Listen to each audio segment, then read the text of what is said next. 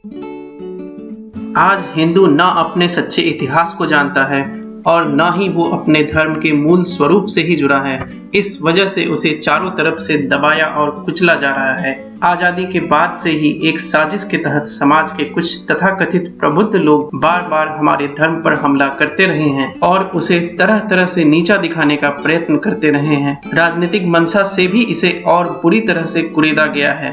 2005 में एनसीईआरटी द्वारा हमारे इतिहास की किताबों में बदलाव करने के बाद हिंदुओं के खिलाफ एक षड्यंत्र के तहत इतिहास के कई प्रसंगों में ये दिखाने का प्रयास किया गया है कि भारतीय सनातन सभ्यता में स्त्रियों का शोषण होता था और ब्राह्मणों ने दलितों के साथ बहुत अन्याय किए हैं।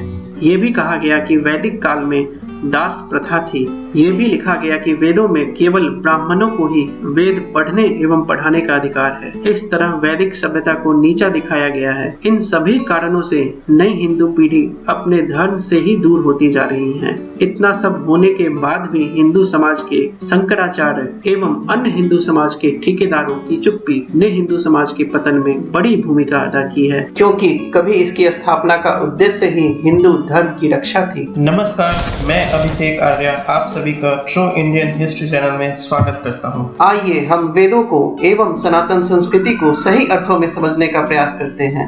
वेद में स्त्री के गौरव का अनेकों जगह वर्णन है। ये भ्रांतियां कि स्त्री के अधिकारों की बात केवल पश्चिमी विकसित देशों ने ही किया है, ये सर्वथा गलत है, बल्कि सच्चाई बिल्कुल उलट है। आज हमारा मुद्दा पश्चिमी देशों में सदियों तक स्त्रियों के साथ हुए अन्याय को उजागर करना नहीं है, अपितु अपने धर्म के खिलाफ हो रहे षड्यंत्र को उजागर करना है। आज एक कुत्सित मानसिकतावश वामपंथ सोच वाले लोग एवं इस्लामिक तथा क्रिश्चियन पंथ वाले लगातार हिंदू धर्म पर हमला करते हैं और ये कहते हैं कि वैदिक काल से ही नारियों के साथ समानता का व्यवहार नहीं किया जाता है। यहाँ तक कह दिया जाता है कि सती प्रथा का विधान भी वेदों से ही आया है। ये भी भ्रांति फैलाई जाती है कि वेद अध्ययन करने का अधिकार नारियों को नहीं था, उन्हें यज्ञों में शामिल नहीं किया जाता था। आम हिंदू इन सवालों पे मौन हो जाते हैं, क्योंकि कालांतर में गुलामी के समय जो कुरीतियां हिंदू समाज में आई वो उसे ही सच मान लेते हैं। इसका एक सबसे बड़ा कारण हिंदुओं का धर्म से दूर हो जाना और झूठे आडंबरों को ही अपना धर्म मान लेना है। अधिकांश हिंदू मूल वेद को न पढ़कर उनका गलत अनुवाद, जो कि मैक्स मूलर के द्वारा आजादी से पहले शुरू किया गया था और आज भी ये लगातार जारी है, हम उसे ही सच मान बैठे हैं। इसलिए मेरा आप सभी से विनम्र निवेदन है कि जो कुंठा हिंदू समाज अपने मन में लेकर बैठा है और जिन्होंने दास्ता के कालखंड में हुए प्रचलन को ही वास्तविक हिंदू धर्म के रूप में मान लिया है, उन सभी के लिए वेदों का ये स्वरूप आंखें खोलने का काम करेंगी। हमारे सनातन धर्म में नारियों को समानता का अधिकार दिया गया है, अपितु कई जगहों पे उन्हें पुरुषों से भी उच्च माना गया है। फिर भी हम वैसी पाश्चात्य सभ्यता का अनुकरण क्यों करें, जहां पुरुषों से समानता की होड़ में आज स्त्रियां हर वो काम करना चाहती हैं जो पुरुष करते हैं। अगर पुरुष कुछ व्यसन जैसे शराब, सिगरेट आदि का सेवन करते हैं तो महिलाएं भी इसका सेवन करने को ही समानता का अधिकार मानती हैं, जबकि आज भी समाज में बहुत से पुरुष शराब आदि व्यसनों से दूर हैं। सनातन परंपरा में तो स्त्रियों को कभी दबाया ही नहीं गया था। मुगल काल में जब इस्लाम का वर्चस्व था तब हमारे स्त्रियों के साथ अत्यंत घृणित आचरण किए गए। तब अपनी आत्म स्वाभिमान की रक्षा हेतु जौहर जैसी परंपरा शुरू हुई और फिर सती परंपरा का भी चलन आरंभ हुआ। वही स्त्रियां सती बनने लगी जिनके पति की मृत्यु हो जाती थी और वो मुगलों के आतंक को जानने के कारण अपनी स्मिता को बचाने के लिए सतीत्व का वर्णन करने लगी। हमें वेद के दिए गए आदर्शों का अनुपालन करना चाहिए, न कि बिना समझे पाश्चात्य सभ्यता का अनुकरण करना चाहिए। चलिए अपने महान वेदों में नारियों के बारे में लिखे गए मंत्रों से ये जानने की कोशिश करते हैं कि आखिर वेद क्या कहता है और हमारे सनातन समाज के आदर्श कितने ऊंचे थे, जिसकी आज के समाज में कल्पना भी मुश्किल है। ब्रह्मचर्येण कन्या युवानम विन्दते पतिम अनद्वन ब्रह्मचर्येण अश्वो घासम जिगीर्षतिम। अथर्ववेद के 11वें कांड के पंचम सूक्त के 18वें मंत्र में कन्याओं के लिए भी ब्रह्मचर्य और विद्या ग्रहण करने के लिए कहा गया है। कन्याएं ब्रह्मचर्य के सेवन से पूर्ण विदुषी और युवती होकर ही विवाह करें। इस मंत्र से यह समझा जा सकता है कि वेदों में स्त्रियों को वेद अध्ययन का केवल अधिकार ही नहीं दिया गया है, अपितु उन्हें वेद अध्ययन के बाद ही गृहस्थ आश्रम में जाने का आह्वान किया गया है। अगले मंत्र को सुनिए। ब्रह्मा परम युज्यताम ब्रह्मा पूर्वम ब्रह्मांततो मध्यतो ब्रह्मा सर्वतः अनाव्याधाम देवपुराम प्रपद्य शिव शोना पति लोके विराजा। अथर्ववेद के इस मंत्र का अभिप्राय यह है कि हे स्त्री, तुम वेद मंत्रों का उच्चारण ऐसे करो कि उसकी ध्वनि घर के आगे पीछे, घर के बीच में, अपितु घर के हर एक कोने तक पहुँचे। हे गृहिणी, इस पवित्र मंत्रों की ध्वनि घर में बिना किसी रुकावट और अवरोधों के पहुँचने से तुम आनंद की प्राप्ति करते हुए एक रानी की तरह अपने पति के घर में वास करो। इस मंत्र से यह आसानी से ज्ञात होता है कि स्त्रियों को भी वेद मंत्रों का उच्चारण एवं यज्ञ करने का अधिकार वेद में दिया गया है। अगला मंत्र सुनिए। अध पश्यस्व मोपरि संतराम पादकौ हर माते कस्पल्कौ दश्यन्तस्तरी ही ब्रह्मा बभूविथ। ऋग्वेद के इस मंत्र का अभिप्राय यह है कि ईश्वर गृहस्थी से कहते हैं, हे पुरुष, हे स्त्री, तुम अपनी आंखों को नीचे जमीन पर रखो, न कि ऊपर आकाश में। अपने दोनों पैरों को एक साथ रखते हुए चलो, जैसे कि रथ को दो घोड़े एवं दो पहिए एक साथ लेते हुए चलते हैं। आगे कहा गया है कि स्त्री को गृह यज्ञ में मुख्य पुरोहित की भूमिका मिले। अगला मंत्र सुनिए। जायेदस्तं मघवन्त सेदु योनिस्तस्तिदित्वा युक्ता हरयो वहन्तु यदा कदा च सुनवाम सोमम अग्नि अस्त्वा दूतो धन्वात्यक्ष। इस मंत्र का अभिप्राय यह है कि गृहिणी से ही गृह बनता है। गृहिणी घर की वास्तविक आत्मा है, वह स्वर्ग के संयुग्म आनंद के समान है। ऐसे अनेकों नारी के सम्मान के उदाहरण वेदों में मिलते हैं। आइए अब ऋषिकृत ग्रंथों में नारी सम्मान के उदाहरण देखते हैं। यत्र नारस्तु पूज्यन्ते रमन्ते तत्र देवताः यत्रैतास्तु न पूज्यन्ते सर्वास्त्र फलः क्रिया। मनुस्मृति के इस मंत्र का अभिप्राय यह है कि जिस कुल में नारियों की पूजा अर्थात सत्कार होती है, उस कुल में दिव्य गुण, दिव्य भोग तथा उत्तम संतान होती है। जिस कुल में स्त्रियों की पूजा नहीं होती है, वहाँ उनकी सब क्रियाएं निष्फल है। ये है सनातन धर्म का सच्चा स्वरूप, जिसे आज हमने कितना विकृत कर दिया है। सनातन धर्म के ऐसे स्वरूप का वर्णन ये तथाकथित धर्म के ठेकेदार क्यों नहीं करते हैं? किसी भी समाज या संस्कृति का निर्माण स्त्रियों द्वारा ही किया जा सकता है। गुलामी के दौर में पहले वेदों के अध्ययन से स्त्रियों को ही दूर कर दिया गया और धीरे धीरे केवल ब्राह्मणों तक ही इसे सीमित कर दिया गया। इसी का परिणाम है कि आज हिंदू समाज टुकड़ों में बटा हुआ है। आजादी के बाद वामपंथ के कुत्सित एजेंडों की वजह से हिंदुओं को काफी क्षति हुई। भारतीय हिंदू समाज में मुगलों के दास्ता काल में तुलसीदास द्वारा लिखे गए छंद को ही वास्तविक हिंदू संस्कृति का रूप मान लिया गया और आज अधिकांश हिंदू उसे ही ढो रहे हैं और हिंदू संस्कृति को नीचा दिखाने वाले भी इन्हीं छंदों का सहारा लेते हैं।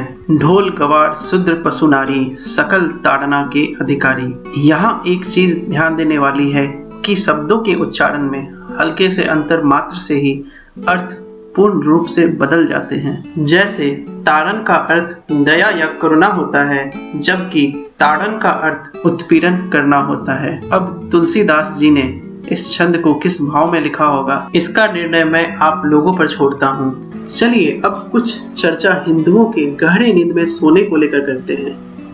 आज हम बस धर्म का दिखावा मात्र करते हैं और वेदों के वास्तविक ज्ञान को भूल जाने के कारण सही चीज पर ना तो अडिग रह पाते हैं और न ही खुलकर अपने आसपास हो रहे अत्याचारों का विरोध कर पाते हैं। आज़ादी के बाद ही हमारे संविधान ने भारत को एक धर्मनिरपेक्ष राष्ट्र घोषित कर दिया, जबकि भारत पूरे विश्व में एकमात्र ऐसा राष्ट्र है जिसने सभी प्रकार की संस्कृतियों को सदियों से अपने अंदर समाहित किया है।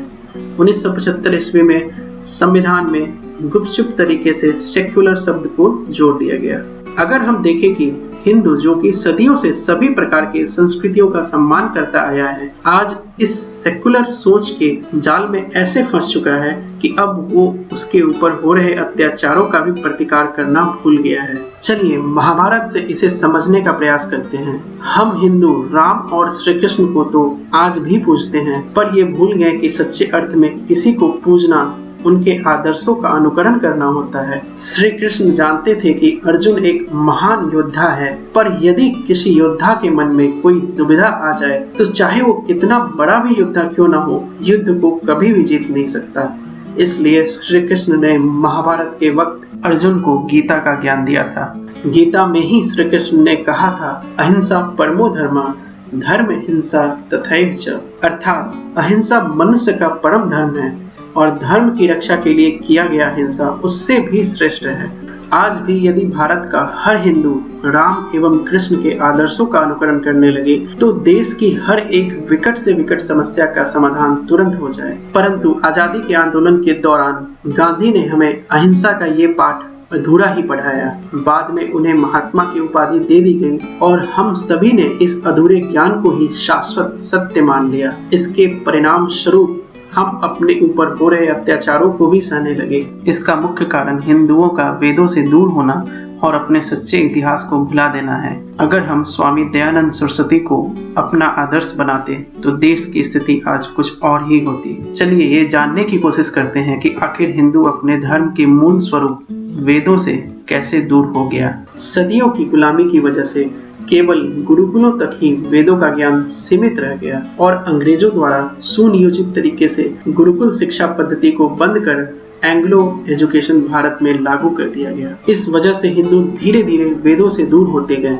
स्वामी दयानंद सरस्वती ने इस अंधकार युग में हिंदुओं को पुनः वेदों की ओर लौटने का आह्वान किया था। आजादी के आंदोलन के वक्त स्वामी दयानंद सरस्वती ने सोए हुए भारतीयों से अंग्रेजों की दास्ता के विरुद्ध खड़े होने को कहा था। इनसे प्रभावित होकर कई क्रांतिकारी स्वतंत्रता आंदोलन में कूद पड़े। वीर सावरकर जैसे महान क्रांतिकारी इन्हीं से प्रेरणा लेकर पुस्तकों की प्रतियां छपवाकर लोगों को जागृत करते हुए अंग्रेजों के खिलाफ बिगुल फूंका। स्वामी दयानंद सरस्वती ने कहा था कि स्त्रियों को भी वेद अध्ययन का अधिकार है और उन्होंने सती प्रथा का भी विरोध किया था। स्वामी दयानंद ने जन जन को जगाने के लिए अपनी पूरी जिंदगी खपा दी, लेकिन उनके इस पवित्र कार्य को भी उस वक्त कुछ गद्दार पूरा नहीं होने देना चाहते थे। इसी का परिणाम था कि उन्हें 17 बार जहर दिया गया। उस वक्त कुछ प्रबुद्ध ब्राह्मण वर्ग जिन्होंने मुगलों एवं अंग्रेजों की दास्तां स्वीकार की थी, उन्होंने हिंदुओं को वेदों से दूर करने के अंग्रेजों के एजेंडे को आगे बढ़ाया और एक खास वर्ग तक ही वेदों के अध्ययन अध्यापन को सीमित कर दिया। इसमें पूरे ब्राह्मण समाज की सहभागिता नहीं थी, पर 1300 वर्षों की दास्तां और सत्ता का नशा इन पर ऐसा छाया कि आजादी के बाद भी इनका यही विकृत काम जारी रहा। हिंदुओं को सदियों तक अनेकों पाखंडों को पढ़ाया जाता रहा और वेदों की बात बताना ही छोड़ दिया गया।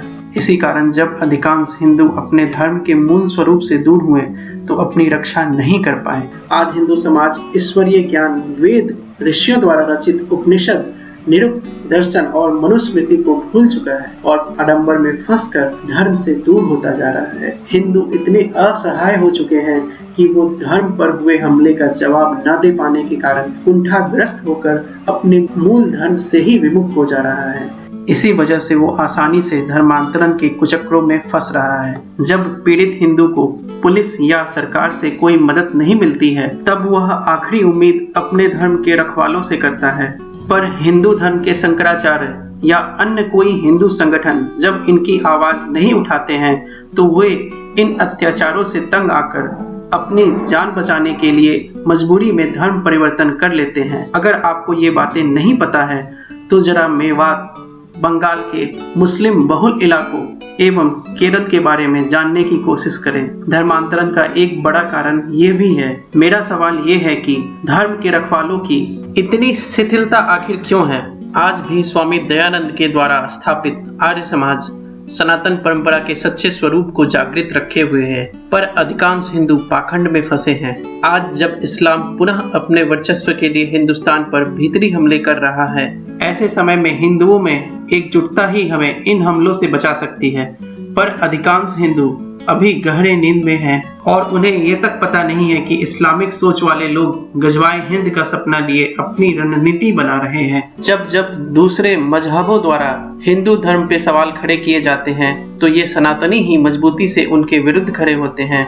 जब जब ब्राह्मणों को जातिवाद और मनुवाद के नाम पर गाली दी जाती है, तब भी विधर्मियों के विषयुक्त वचनों का खंडन सनातन धर्म के द्वारा ही किया जाता है। आज ब्राह्मणों को गाली देकर दलित वर्ग को हिंदुओं से दूर करते हुए बड़े पैमाने पे उनका धर्मांतरण किया जा रहा है। कभी आर्यावर्त देश ईरान से इंडोनेशिया तक फैला था, जिसमें आज के कुल 17 देश शामिल थे। इन हमलों की वजह से ही हम सिकुड़ कर भारत में बचे खुचे संख्या में हैं और यहाँ भी हमारे धर्म पर निरंतर हमले हो रहे हैं। हमारे पास वक्त बहुत कम है। हिंदुओं पे चौतरफा हमले हो रहे हैं। ऐसे समय में संख्या बल में कम होने के कारण सनातन धर्म के रक्षकों के द्वारा पूरे हिंदू समाज को बचा पाना बहुत मुश्किल है, क्योंकि आज बहुसंख्यक हिंदू जिन शंकराचार्यों को अपना धर्म गुरु मानते हैं, वो या तो इन हमलों पर मौन हैं या उन्हें ये दिखाई भी नहीं दे रहा है। वेदों की बात ये धर्म के ठेकेदार क्यों नहीं करते?